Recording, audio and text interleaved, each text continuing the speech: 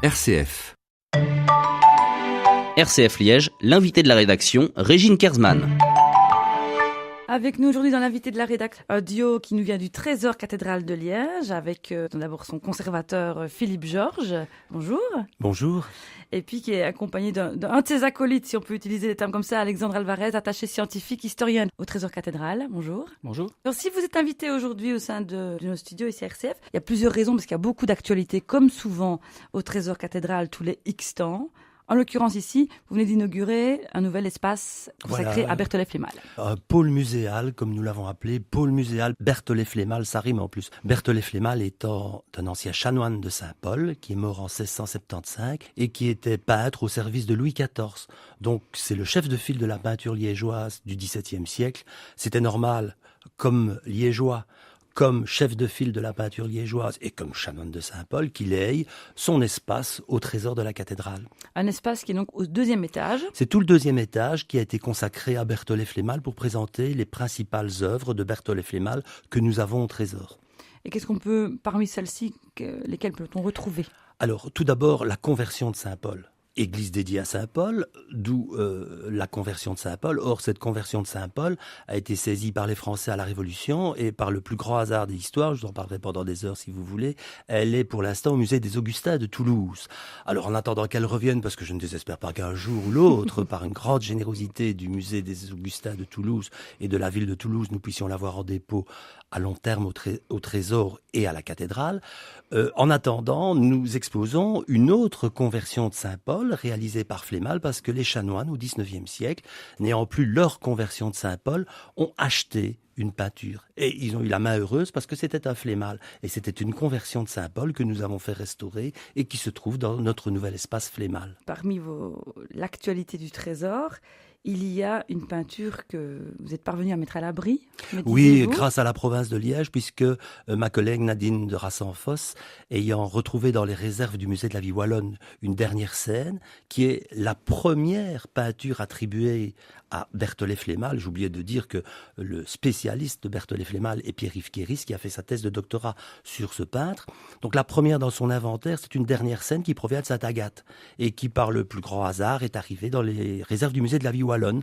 Alors elle nous a proposé, est-ce que vous ne voudriez pas la prendre en dépôt à long terme au trésor? Et en plus, on l'a fait restaurer grâce à la Fondation Roi Baudouin. Donc tout ça se mettant très bien, nous avons inauguré le mois dernier un nouveau pôle Berthollet-Flémal, en y associant d'autres peintures, dont une peinture provenant de Brialmont, de l'abbaye de Brialmont, encore de Flémal, qui va être restaurée prochainement. Et puis surtout, parce que ça c'est nouveau pour le trésor, nous avons acheté à Berthollet-Flémal, grâce à la générosité de nos amis du Trésor, nous avons pu acheter une peinture, un très très beau portrait d'un chanoine de Liège par Berthollet-Flémal.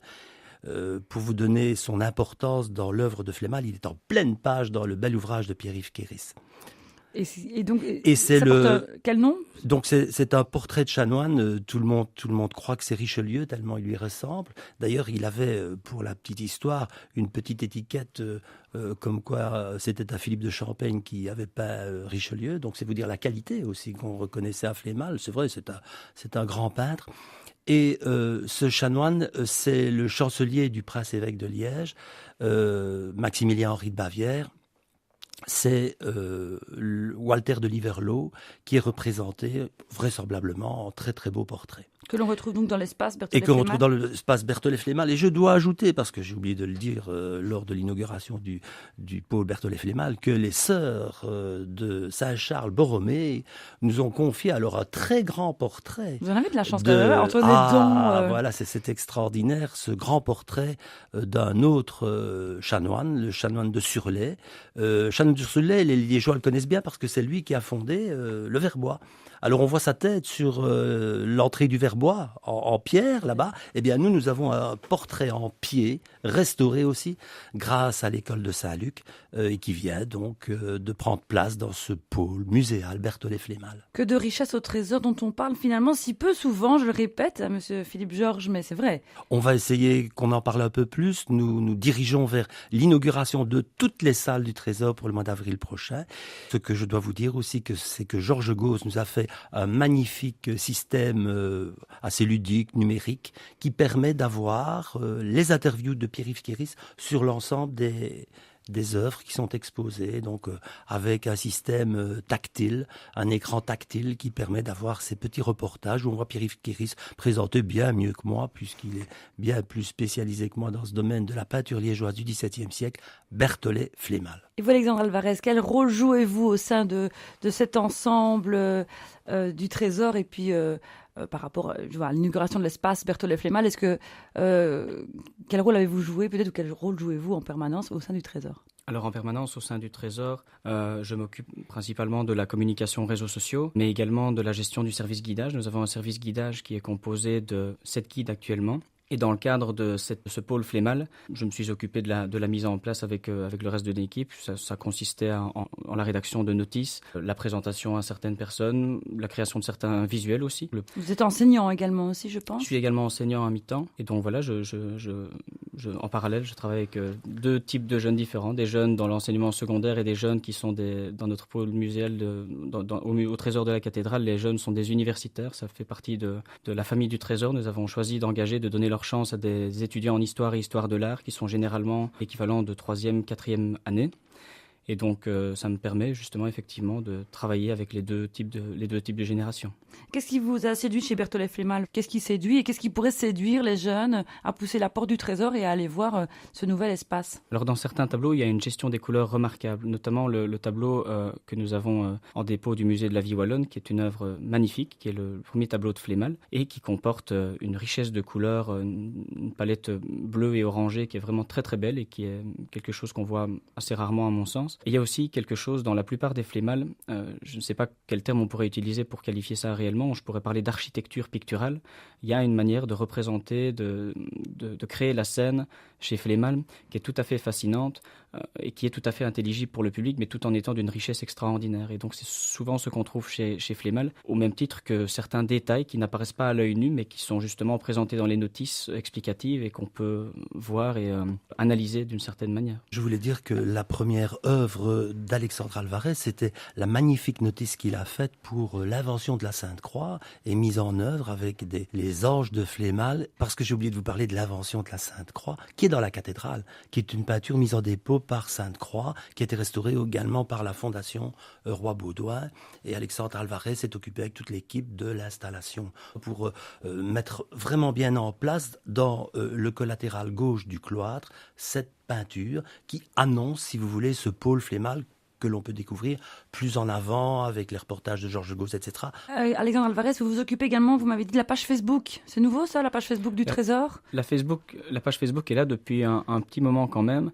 Mais par manque de temps et parfois de courage, on ne la nourrissait pas et le pôle Flémal nous a donné l'opportunité de la nourrir à peu près tous les 3 jours en postant une nouvelle œuvre avec une explication pour faire en sorte que le visiteur ne vienne pas vierge de toute connaissance dans le Trésor, mais puisse, par le biais de Facebook, découvrir des explications et puisse peut-être un petit peu en apprendre davantage à ses enfants s'il vient au musée avec ses enfants. Nous allons continuer dans cette dynamique à placer diverses informations vis-à-vis des événements qui se passent au Trésor, les concerts, les conférences du Trésor. Il y a énormément de choses au Trésor cathédrale. Tout à fait. Le nom de la page, c'est ? Trésor de Liège. Trésor de Liège. Donc, n'hésitez pas à aller surfer sur cette page et à la partager. On peut se nourrir de culture au Trésor cathédrale, mais ce n'est pas tout. On peut également s'abreuver. Oui, bien entendu, puisque nous continuons à fournir notre boutique avec des produits touristiques. Après le crément de Bourgogne à l'effigie de Charles le Téméraire, nous avons maintenant le Pinot Noir d'Alsace et le Gewürztraminer, là à l'effigie du buste reliquaire de Saint-Lambert, et le Gewürztraminer à l'effigie de la Vierge aux papillons, qui est une des grandes peintures, la plus ancienne peinture conservée à Liège,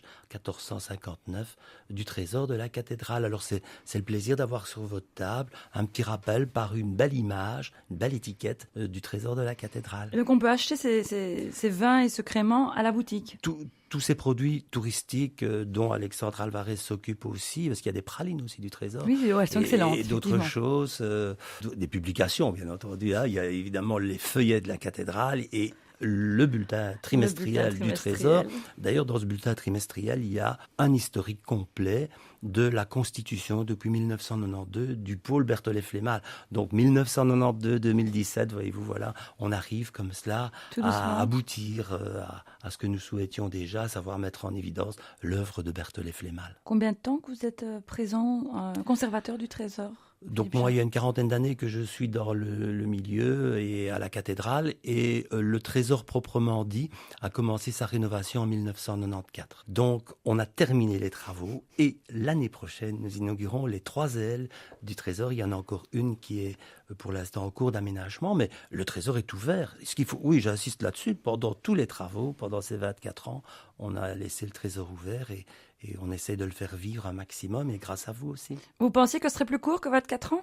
Oui, très sincèrement, oui. Ah oui, ça, je n'aurais jamais imaginé que ça aurait été 24 ans. Et la dernière aile du cloître sera également, elle, animée Donc la dernière aile du cloître, nous allons y présenter des œuvres du Moyen-Âge et des temps modernes que nous avons progressivement retirées d'autres pièces, d'autres salles, et qui sont parfois en cours de restauration et surtout en cours d'aménagement, parce qu'il y a une scénographie quand même qui s'est mise progressivement en place, une scénographie à travers du mobilier, notamment des reconstitutions d'atmosphère, pour qu'elles soient présentées, disons, dans les meilleures conditions et que les gens puissent comprendre. Il faut qu'on puisse comprendre ce que l'on voit. Je crois que cette pièce sera assez spectaculaire parce que la charpente est assez haute. Il y a la réserve des textiles. Oui, il vient justement en parler, on oublie parfois d'en parler alors qu'on... Voilà, les réserves, c'est très important parce que nous sommes en pleine restructuration aussi de toutes nos réserves, et notamment la réserve de textile qui est un bloc qui a été plaqué au plafond de cette aile est du cloître et qui nous a permis de rassembler tous les textiles qui étaient un peu disséminés partout dans la cathédrale. Ça nous permet de restructurer nos grands secteurs, donc l'orfèvrerie, les peintures, les textiles et les gravures, et du fonds important de Valieu qui est toujours en cours d'inventaire, des dizaines de milliers de gravures. Poussez donc les portes du Trésor cathédral. Il y a aussi l'espace téméraire, le téméraire, l'espace téméraire qui est largement mis en valeur, impressionnant dans sa chambre noire. Voilà, sa chambre noire, ça c'était un souci de mettre Charles le Téméraire comme le buste de Saint-Lambert dans des atmosphères qui permettent l'explication aussi d'une salle téméraire à Liège. Il fallait quand même qu'on explique pourquoi. Oui, vous savez, pas dire que c'était un ami de la cité. Non, il n'y a pas très bonne réputation à Liège. Et oui, il y a la salle d'exposition temporaire. Et alors la salle d'exposition temporaire, l'espace Léon Dehoué, donc dédié à la mémoire de Léon Dehoué qui fut directeur donc du musée diocésain jusqu'en 1996, qui nous a quittés en 1996. Et cet espace d'exposition temporaire va nous permettre de faire vivre le Trésor. C'est la 2e exposition. Pour l'instant, c'est une exposition sur la restauration des œuvres du Trésor. Elle se poursuit jusqu'à quand ? C'est une excellente question. Franchement, je ne sais pas encore. Peut-être demander aux jeunes, peut-être qu'ils le savent. Oui, c'est vrai. Alexandre Alvarez, non ? Probablement jusqu'en avril, lorsque le Trésor sera inauguré. Il y aura une autre exposition qui prendra place. C'est parce qu'il n'ose pas le dire, mais je lui ai proposé un sujet d'exposition dont il va s'occuper avec les jeunes pour le mois d'avril. Ce serait quoi le thème ? Ah non, on ne vous dira pas. C'est surprise. Ça risque peut-être d'être... indice peut-être ? Un indice, oui. Ils vont pouvoir y travailler tous. Les jeunes historiens de l'art du Trésor, sous la direction d'Alexandre Alvarez, vont présenter donc dans cet espace une exposition temporaire pour notre grand vernissage qui, normalement, devrait... Oui, j'ai touché du bois. Oui, normalement, devrait avoir lieu en avril, quoi. On l'espère bien. Eh bien, en tout cas, c'est tout ce qu'on vous souhaite. Alexandre Alvarez, un mot pour clôturer ou un mot à ajouter, peut-être ? J'ajouterais concernant cette future exposition que nos guides sont ravis pour l'instant de pouvoir s'associer, parce que ce n'est pas dans tous les musées ou dans toutes les institutions que des jeunes sont associés, ont la chance d'être reconnus pour leur travail, leur mérite, mais surtout de participer à la mise en place d'une exposition. Mais surtout, c'est le plaisir de travailler en collaboration dans une équipe qui fonctionne comme une grande famille, avec beaucoup d'amitié, beaucoup de sympathie, avec un respect d'autrui. J'ajouterais également... Vous parliez de Facebook tout à l'heure, nous avons aussi une chaîne YouTube sur laquelle figurent toutes sortes de vidéos, notamment une magnifique présentation du Trésor en images, mais également des interviews diverses, certaines interviews radiophoniques parfois qui ont été placées sur le YouTube et qui permettent aux visiteurs intéressés de découvrir en avant-première le Trésor avant de venir. Et donc c'est tout comme le Facebook, la page YouTube s'intitule Trésor de Liège. Le Trésor se numérise, bien ça. Le Trésor se numérise, et moi ce que j'aime bien qu'il a dit, c'est que c'est une famille, quoi. On a cet esprit familial familiale avec les bénévoles, parce qu'il ne faut pas oublier quand même toute notre équipe d'une vingtaine de bénévoles Il sans faut lesquels fonctionner le trésor aussi c'est pendant pas la possible semaine, le évidemment week-end. et le week-end notamment, le week-end d'ouvrir. Voilà, le Trésor cathédral, musée de la cathédrale Saint-Paul de Liège vibrera encore plus au printemps prochain lors de l'inauguration. Merci beaucoup Alexandre Alvarez, Philippe Georges d'être passé par nos studios. Il n'y a plus qu'à passer par le Trésor cathédral et vous rendre compte par vos propres yeux des richesses de ce musée privé. C'était les invités de la rédaction. Merci de nous suivre sur RCF. On se retrouve prochainement. À bientôt. Merci, au revoir. Au revoir.